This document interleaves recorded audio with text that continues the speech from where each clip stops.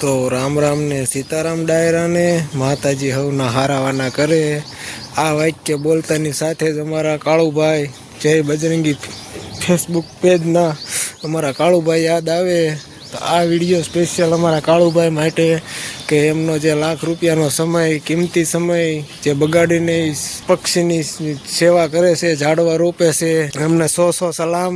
માતાજી એમને હારાવાના રાખે અને આવા નવા કામ કરતા રહે.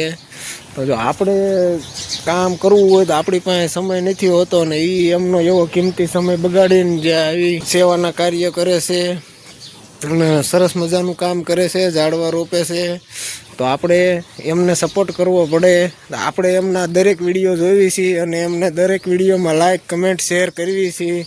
તો તમને બધાને પણ અનુરોધ છે કે એવા અમારા કાળુભાઈને થોડોક સપોર્ટ કરતા રહ્યો તો સેવાનું કાર્ય થાય. આપણે એક લાઈક શેર ને સબસ્ક્રાઈબ કરવી તો એ સેવા જ કહેવાય. સરસ મજાની નીણ એક રિક્ષા ભરીને ઉતારી છે. આપણે જો આ રિક્ષા ભરીને નીણ ઉતારી છે ગાયો માટે સ્પેશિયલી. ગાયોને નીણ નાખવા હજી આપણે કૂતરાને લાડવાય નાખવાના છે. એનો વિડીયો થોડાક દી પછી આવશે. અત્યારે જો અમારે મોહિતભાઈ નીણ ઉતારે છે. તો આપણે ગાયો માટે નીણ મંગાવી નાખી છે એક રિક્ષા ભરી. ગાયો માટે એક લાઈક કરી દેજો, શેર કરી દેજો, સબસ્ક્રાઈબ કરી દેજો. બધા છોકરા બધા જો ફૂલ સેવા કરે છે, અસલ સેવા કરે છે. તો સબસ્ક્રાઈબ કરવાનું ન ભૂલતા મિત્રો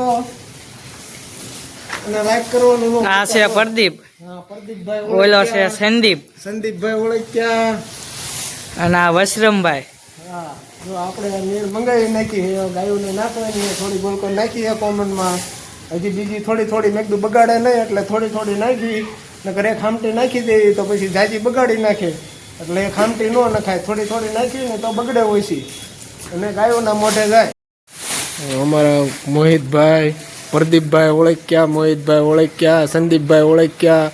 ખૂબ સરસ કામ કરી રહ્યા છે. આવા સેવાના કામ કરતા રહીજો. અને આવી જો ગાયોને 5-25 રૂપિયાની પતંગો ઓછી ઉડાડો તો હાલ છે, પણ આવું કામ કરો તો આશીર્વાદ સારા મળે. અને આ અમારે જો કુંવારા છે એટલે છોકરી સારી મળે એકાદી એવી દુઆ આપણે કરવી છીએ. અમારા પ્રદીપભાઈને તે મસ્ત છોકરી મળે એવી તમે બધાય દુઆ કરજો. હજી આ મુલકોર આપણે કોમનમાં નીંદ નાખી છે. મુલકોર લઈ જઈને તમને દેખાડું, કેમ કે એક ખામટી બધી જાજી નાખી તો બગાડી નાખે. ગાયું નીણું બગાડે એટલે આપણે જાજી નથી નાખી એક ખામટી. તો આ બાજુ કોમનમાં નીંદ નાખી છે. આ બાજુ છૂટક કોમનમાં ગાયું આવતી હોય ખાતી જાય એટલે થોડી નાખવાની. થોડી નાખવી એટલે ગાયોને નીંદ પહોંચી જાય.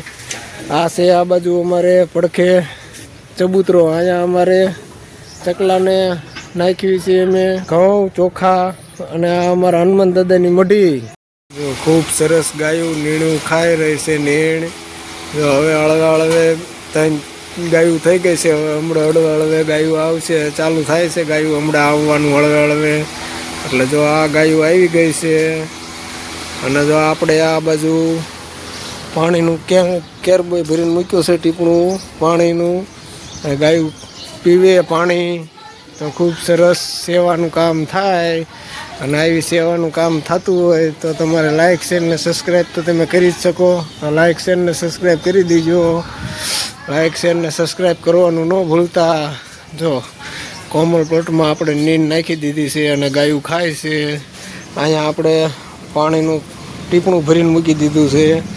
ગાયું ખાય ને પછી પાણી પીવા ક્યાં જાય? તો પાણી હોતા અહીંયા પી શકે ને. બધાને રામ રામ ને સીતારામ.